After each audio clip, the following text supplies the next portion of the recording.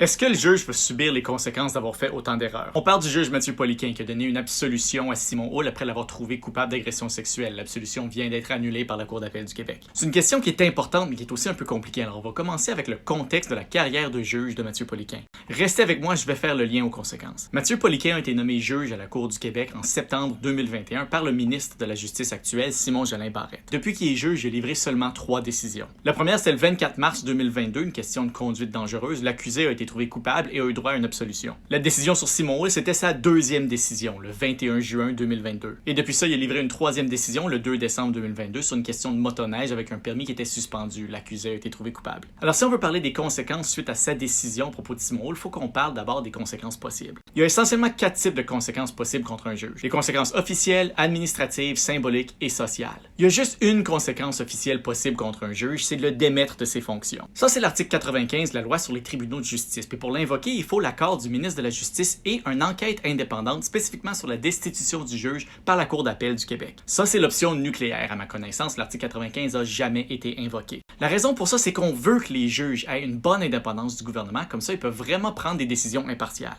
La décision du juge a beau être choquante, c'est très peu probable que l'article 95 soit invoqué. Deuxième type de conséquences, les conséquences administratives. Ça relève de la juge en chef de la Cour du Québec, Lucie Rondeau. C'est elle et son corps administratif qui veillent à l'administration de la Cour du Québec, de coordonner, de répartir et de surveiller le travail des juges de la Cour du Québec. S'il y a un doute ou une crainte autour des décisions du juge Poliquin, administrativement, la Cour du Québec peut l'écarter de certains types de cas. Les décisions administratives de la Cour du Québec sont internes, sont pas publiques, alors on va pas savoir si c'est le cas. Alors ça se peut qu'il y ait des conséquences administratives, mais on ne le saurait pas. Troisième type de sanction, c'est les sanctions symboliques. Ça, le juge Poliquin en a déjà subi une. La Cour d'appel a annulé sa décision. Évidemment, la Cour d'appel n'est pas là pour sanctionner des juges, elle est là pour corriger des erreurs, pour s'assurer que justice soit bien faite. Mais la décision de la Cour d'appel ici, il n'y allait pas du rebord de la main. Le message à envoyer au juge était très clair. Venant d'une instance supérieure contre un juge, ça fait mal. Il aurait aussi pu avoir comme conséquence symbolique une décision du Conseil de la magistrature contre le juge Poliquin. Le Conseil de la magistrature a déjà déterminé que les erreurs du juge Poliquin n'étaient pas de leur ressort. Eux regardent seulement le comportement des juges. Ce qui nous amène aux conséquences sociales. Puis les conséquences sociales, le juge Poliquin est en train de les subir là.